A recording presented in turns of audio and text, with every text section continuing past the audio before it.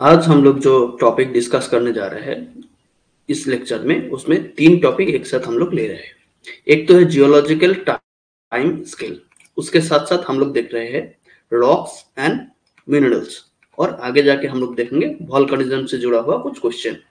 तो इन तीनों मिला के ये लेक्चर हो रहा है, जिसमें हम लोग पहले देखेंगे PYQ।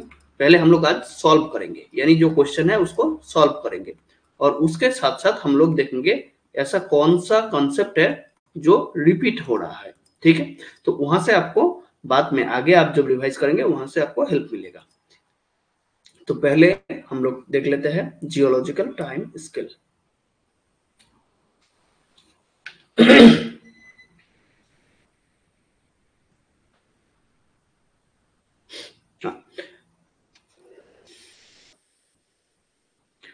तो जियोलॉजिकल टाइम स्केल, तो आपको पता है जियोलॉजिकल टाइम स्केल कुछ इयन, इरा, इपोक और पीरियड में डिवाइडेड है। तो इसमें कुछ जो भी पीरियड है उसमें कुछ पर्टिकुलरली टेक्टोनिक इवेंट हुआ है या बायोलॉजिकल इवेंट हुआ है, वो आपको पता होना चाहिए। तो इस क्वेश्चन में जो पूछा गया है, which one of the following phenomena played a vital role in the dispersion of majestic dinosaurs, यानी डायनासोर्स का डिस्पर्सन में कौन सा ज्यादा इंपैक्ट रोल किया है। तो आपको पता है डायनासोर जो है वो सबसे ज्यादा एक्टिव था जुरासिक पीरियड में। ठीक, और जुरासिक पीरियड जो है वो मेसोजोइक इरा के अंडर में आता है। यहाँ पे देखिए इसका आंसर होगा कॉन्टिनेंटल रिफ्ट। क्यों? क्योंकि वेगनर ने बोला था कि पैंजिया जो है वो मेसोजोइक इरा में ब्रोकन हुआ है, यानी स्टार्ट हुआ है। तो पैंजिया क्योंकि ब्रोकन हुआ या स्टार्ट हुआ, तो जिस वजह से ये जो डायनासोर था वो भी अपने अपने हिस्से में डिवाइड हो गया, यानी डिस्पर्सन ज्यादा हुआ है। अगर इसका आंसर सबसे ज्यादा डिस्पर्सन कहाँ हुआ, ये हुआ कॉन्टिनेंटल ड्रिफ्ट थ्योरी के रिगार्डिंग। कौन सा इरा में? वो है मेसोजोइक इरा में। ठीक है, आगे वाला क्वेश्चन देखते हैं हम लोग। आगे आपको यहाँ पे देखिए इरा, हम लोगों ने पहले ही बोला इरा, इयन, इरा, इपोक, पीरियड, ये हमारे पास ऑलरेडी कुछ कैटेगरीज है, और हर एक इरा के अंदर कुछ पीरियड्स भी आता है। तो आपको ये आइडेंटिफाई करना है कि यहाँ पे देखिए 4 पीरियड दिया है, इन 4 पीरियड कौन सा इरा में, इरा के अंदर आता है। तो इसके लिए क्वेश्चन पूछा गया। पहले तो है इधर देखिए जुरासिक पीरियड। जुरासिक पीरियड किसके अंडर आता है? जुरासिक पीरियड आता है मेसोजोइक इरा के अंदर। ठीक, अच्छा मायोसिन, मायोसिन किसके अंडर आता है? मायोसिन आता है केनोजोइक। और प्लिस्टोसिन, प्लिस्टोसिन किसके अंडर आता है? प्लिस्टोसिन सबसे नया है, वो आता है नियोजोइक, सबसे नया मतलब इन चारों में से। और सिल्यूरियन जो है वो पैलियोजोइक इरा के साथ लिंक्ड है।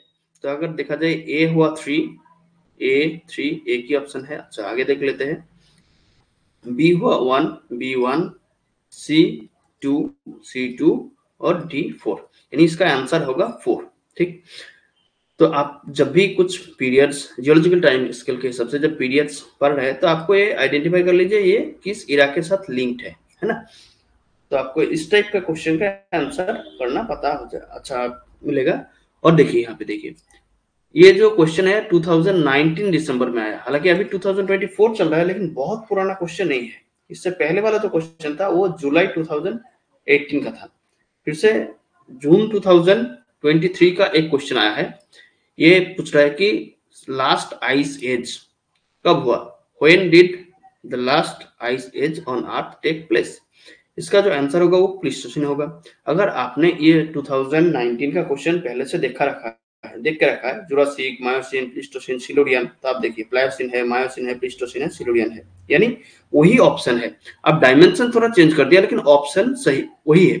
इसका आंसर होगा प्लीस्टोसिन। अगर आप 2019 के जो क्वेश्चन ये अगर आपने पहले से देख के रखा है और कुछ देख के रखा है कि जुरासिक किस लिए इंपॉर्टेंट है, मायोसिन किस लिए इंपॉर्टेंट है, प्लीस्टोसिन, सिल्यूरियन किस लिए इंपॉर्टेंट है, तो 2023 का जो ये जो क्वेश्चन था जून, जो कि बहुत पुराना नहीं है, रिसेंट, तो इस यहाँ से आप आंसर कर सकते हैं। यानी मेरा बोलने का मतलब यही है कि जब भी आप क्वेश्चन पूछ रहे हैं वहां से की टर्म मतलब जो क्वेश्चन में पूछा गया, जो कॉन्सेप्ट ऑप्शन में दिया गया, उसको एक बार जरूर देख लीजिए, तो वहां से आगे वाला क्वेश्चन में आपको बहुत ज्यादा हेल्प हो जाता है। ठीक, तो इसके लिए यही 3 क्वेश्चन मिला है जियोलॉजिकल टाइम स्केल से। आगे का जो है वो हम लोग देखेंगे रॉक्स एंड मिनरल्स। ठीक, रॉक्स एंड मिनरल्स में पहला जो क्वेश्चन आप लोगों को देखा है 2015 से है, ये एक है रॉक, नॉर्मल रॉक और उसका मेटामॉर्फिक फॉर्म है। तो आपको पता है कि जो इग्नियस है वो मेटामॉर्फिज्म में कन्वर्ट हो सकता है, जो सेडिमेंटरी रॉक है वो भी मेटामॉर्फिक में कन्वर्ट हो सकता है, और जो मेटामॉर्फिक है वो भी मेटामॉर्फिक रीमेटामॉर्फिक होता है। तो पहले हम लोग देख लेते हैं कि कोई जो रॉक है उसका मेटामॉर्फिक रॉक का नेम क्या है। तो पहले देख लेते हैं बेसल्ट। बेसल्ट से क्या है,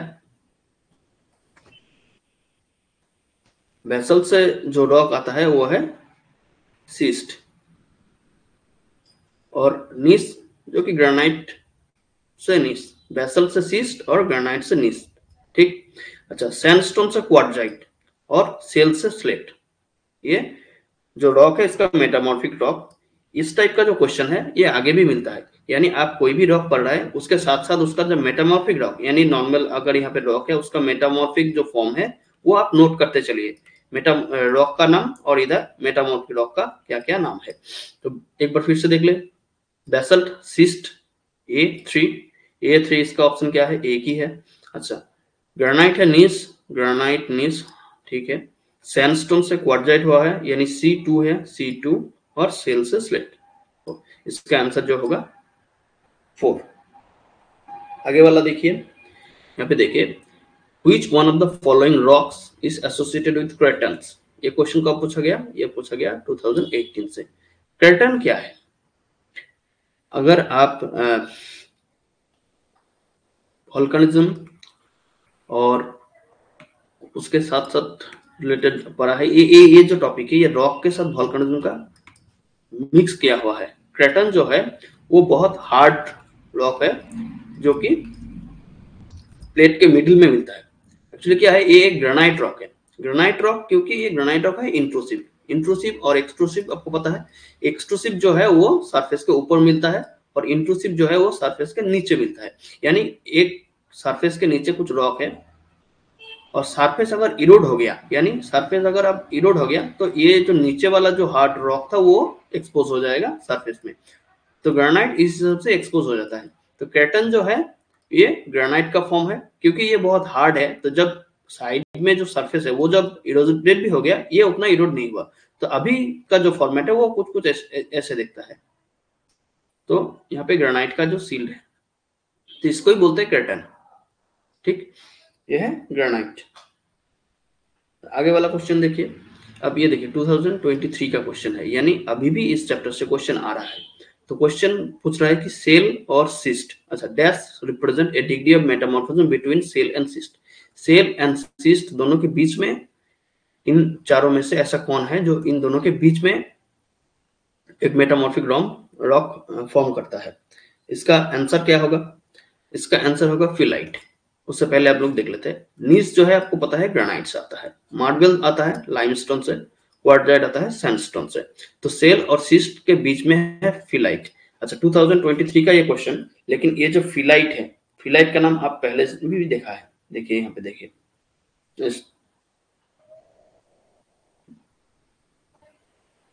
सेल से स्लेट है, और सेल और स्लेट इन दोनों का बीच में अगर आप देखेंगे पहले से ही तो आपको पता है कि वो फिलाइट होगा। जैसे कि आप सैंडस्टोन, ग्रेनाइट, मार्बल, ये आप लोगों ने अगर वहां से देखा है, यानी ये जो क्वेश्चन है 2015 से, यहाँ से अगर आप उसी कीटान को देख के पहले पढ़ा है तो आपको ये पता हो जाएगा कि ग्रेनाइट फिर क्वार्टजाइट ये दोनों आपको पहले से जान पहचान हुआ। हालांकि फिलाइट और मार्बल ये दोनों नहीं होगा, लेकिन आगे भी अगर आप रॉक और उसके साथ साथ मेटामॉर्फिक फॉर्म अगर आप लिखते चलेंगे तो ये वाला क्वेश्चन शायद आप कर सकते थे। तो अच्छा, तो सेल और सिस्ट के बीच में डिग्री ऑफ रिप्रेजेंटेशन ऑफ कौन होगा, फिलाइट, यानी phyllite represent a degree of metamorphism between shale and schist. अच्छा, आगे वाला क्वेश्चन देखिए, कंसीडर द फॉलोइंग स्टेटमेंट। यहाँ पे 4 स्टेटमेंट दे दिया गया है, उसमें बोल रहा है which of the above character is true of sedimentary rock. तो यहाँ पे आइडेंटिफाई करना है कि कीटन क्या है, सेडिमेंटरी रॉक, और डायरेक्शन क्या है, ये ट्रू है। ये फॉल्स अगर देता तो ऑप्शन कुछ और हो जाता है, यानी ये आपको पूछ रहा है कि कौन सा करेक्ट है और कौन सा नॉट करेक्ट, यहाँ पे पूछ रहा है ट्रू है, ठीक। अच्छा, सेडिमेंटरी रॉक के बारे में इन चारों में से कौन सा कॉन्सेप्ट ट्रू है? This are layered rock, obviously sedimentary rock layered है। अच्छा, दिस कंटेंट फॉसिल्स, ऑब्वियसली जो नेचुरल फॉसिल्स मिल रहा है आपको in the form of coal हो, फिर नेचुरल गैस हो, वो सेडिमेंटरी रॉक में मिलता है। अच्छा, this are transported rock, sedimentary rock transported rock है, क्यों? अच्छा, वोल्केनिज्म के थ्रू जो रॉक फॉर्म होता है वो है इग्नियस। इग्नियस को बाद में प्रेशर और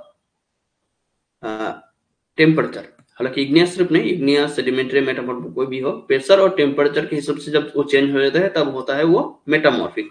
सेडिमेंटरी रॉक जो है ये कोई भी एजेंट ऑफ इरोशन जो है उसके थ्रू ये एक जगह से दूसरे जगह वो ट्रांसफर होता है और वहां पे वो लेयर्ड बनता जाता है और लेयर्ड बाद में जो वो जम जाता है तो रॉक में जब कन्वर्ट हो जाता है, इसी टाइप का रॉक है सेडिमेंटरी रॉक, यानी these are layered rock and transported rock.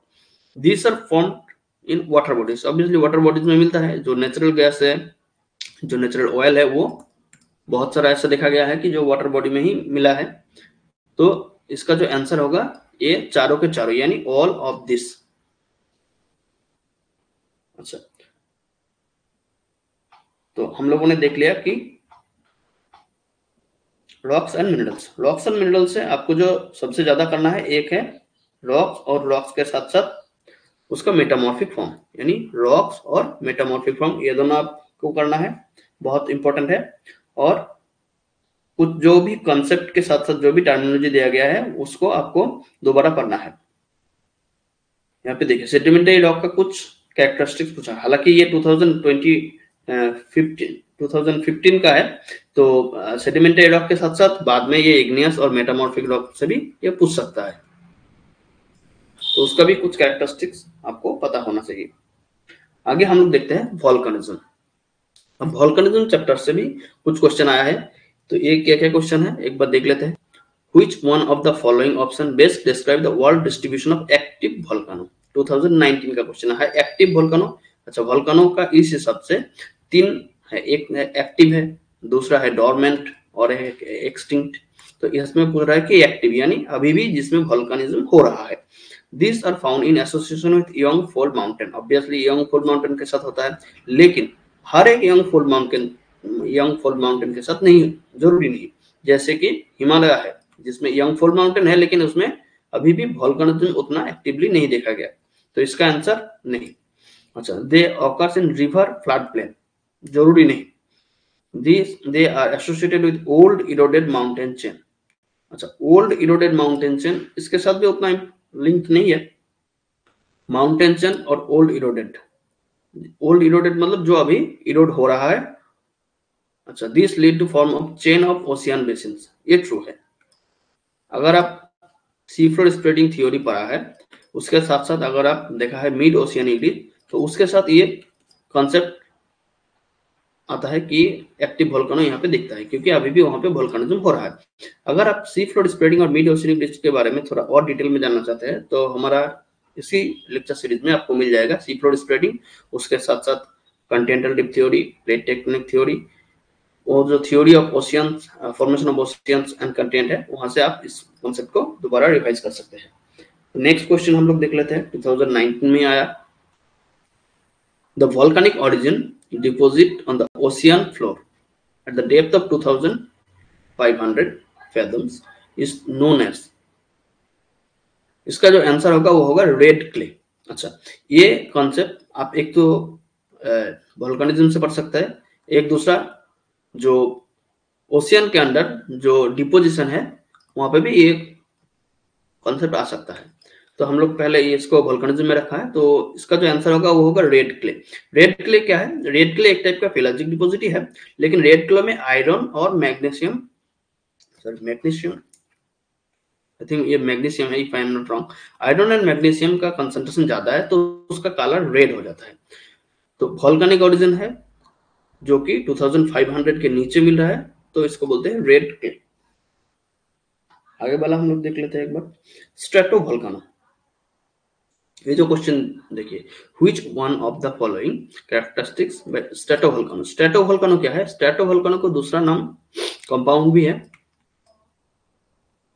If I am not wrong, either compound और कंपोजिट। स्ट्रेटोवोल्केनो में क्या होता है, स्ट्रेटोवोल्केनो में एक लेयर दिखता है। किस टाइप का लेयर? पहले मान लीजिए वोल्केनिज्म हुआ है, तो वोल्केनिज्म का एक लेयर हुआ, उसके बाद उसका जो एस है, एस का भी एक लेयर मिलता है, क्योंकि वोल्केनिज्म के साथ लावा के साथ साथ एस भी मिलता है। तो दूसरा बार जब वोल्केनो होता है वो थोड़ा और एक्सप्लोसिव होता है, तो फिर एक वोल्केनिज्म का लेयर आता है, फिर लावा का आता है। तो इस टाइप के लिए ये कोन से बनता रहता है।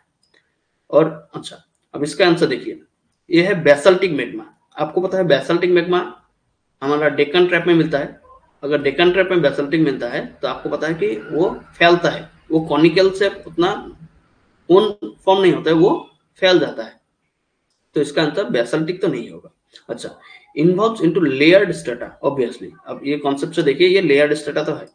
अच्छा, मैग्मा इज गैसी एंड हाईली विस्कोसियस। यहाँ पे देखिए बेसाल्टिक मैग्मा जो कि लेस विस्कोसियस, मैग्मा इज हाईली विस्कोसियस। ये 1 और 3 ये दोनों जो है ये एक दूसरे के ऑपोजिट डायरेक्शन में जा रहा है। अगर ऑपोजिट डायरेक्शन में जा रहा है यानी एक तो सही होगा लेकिन दूसरा एक साथ सही नहीं होगा, यानी 1 और 3 नहीं हो सकता, साथ ही साथ दोनों में से एक तो जरूर सही होगा। ठीक। अच्छा, नेक्स्ट है magma emerge under low pressure. अच्छा, magma emerge under low pressure. अगर मैग्मा हाईली विस्कोसियस है तो इसका मतलब वो जम जाएगा, और अगर जम जाएगा तो उसको इरोड करने के लिए, यानी वहां से फिर से मैग्मा आने के लिए उसको एक्सप्लोजन की जरूरत है, प्रेशर ज्यादा होने की जरूरत है, ना कि लो प्रेशर। यानी magma emerge under low pressure, ये जो है ये कॉन्सेप्ट भी इसके साथ नहीं हो रहा है, यानी 4 जो है ये भी तीसरे के अगेंस्ट में जा रहा है, यानी 3 और 4 सही नहीं हो सकता। तो इसका आंसर 3 जरूर होगा तब, क्योंकि 1 या 4 और 2 या 3। तो इसका जो कॉन्सेप्ट है उस हिसाब से एक तो है लेयर्ड स्ट्रेटा, यानी 2 सही होगा। 2 कहाँ है? एक है इधर है, इधर है।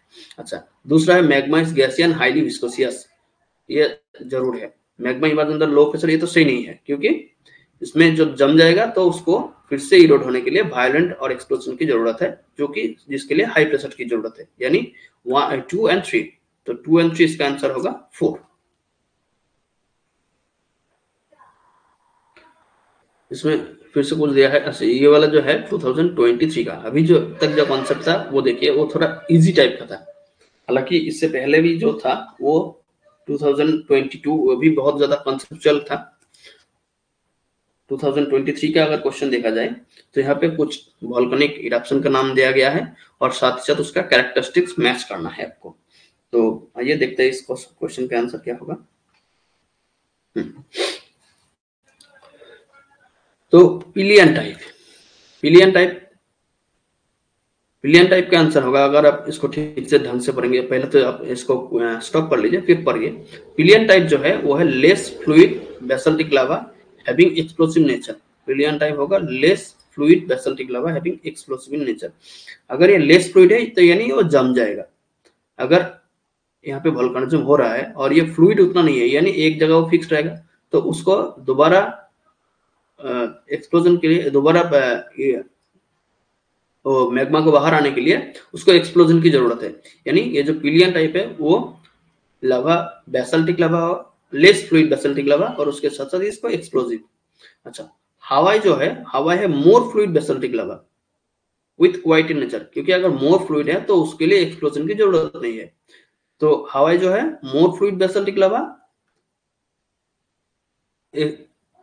Quite in, which is quiet in nature. अच्छा, नेक्स्ट है स्ट्रोम्बलियन। स्ट्रोम्बलियन टाइप जो है वो है एक्सट्रीमली विस्कोसियस विदाउट वायलेंट। अगर extremely viscous without violent character, और ये जो वल्कानियन है ये है viscous which do not remain liquid after contact with air. अच्छा, do not remain liquid after contact with air मतलब वो जब भी सरफेस के ऊपर आएगा, एयर के टच में आएगा, वो जम जाएगा। तब ये विस्कोसियस लावा है which do not remain liquid after contact with air। तो इसका जो आंसर होगा वो होगा A equal A2 B1 B1 C4 C4 और D3। तो इस यहाँ से क्वेश्चन फिर से रिपीट हो सकता है। आप ये कॉन्सेप्ट को ठीक से पढ़िए। पिलियन टाइप जो कि less fluid basaltic lava and having an explosive nature. Hawaii जो कि more fluid basaltic lava effusive and quiet in nature, and Strombolian, which is extremely viscous lava with violent character, and Vulcanian type, which is viscous lava which do not remain liquid after contact with air. अच्छा, तो अभी हम लोगों ने आज जो topic देख लिया, तीनों टॉपिक देख लिया। जियोलॉजिकल टाइम स्केल से 3 क्वेश्चन आया है। अच्छा, रॉक्स एंड मिनरल से 4 क्वेश्चन हम लोगों ने देखा और वोल्केनिज्म से भी 4 क्वेश्चन देखा। तो इस सीरीज में हम लोगों ने टोटल 11 क्वेश्चन देखा। तो हम लोग पीवाईक्यू सॉल्व कर लिया, साथ ही साथ हम लोगों ने देख लिया कि ऐसा कौन सा की टर्मिनोलॉजी है जहां से क्वेश्चन रिपीट हो रहा है। तो आप जब दूसरा बार घर में पढ़ेंगे तो आप जरूर ये रिपीट टर्मिनोलॉजी है और जो भी की टर्म है या फिर कॉन्सेप्ट है, यानी जो कॉन्सेप्ट आपको क्वेश्चन में पूछा गया और साथ ही साथ ऑप्शन में दिया गया जो चारों कॉन्सेप्ट है, उसको जरूर रिवाइज करिए, क्योंकि वहां से क्वेश्चन आगे देखने को मिल सकता है। तो ये हम लोग फिर मिलेंगे एक नई क्लास में। तब तक आप अच्छे से पढ़ते रहिए और इसके रिगार्डिंग कुछ भी अगर क्वेश्चन है, कुछ भी डाउट है तो हमारा कमेंट सेक्शन में जरूर बताइए। हम लोग कोशिश करेंगे उसको सॉल्व करने के लिए। Thank you.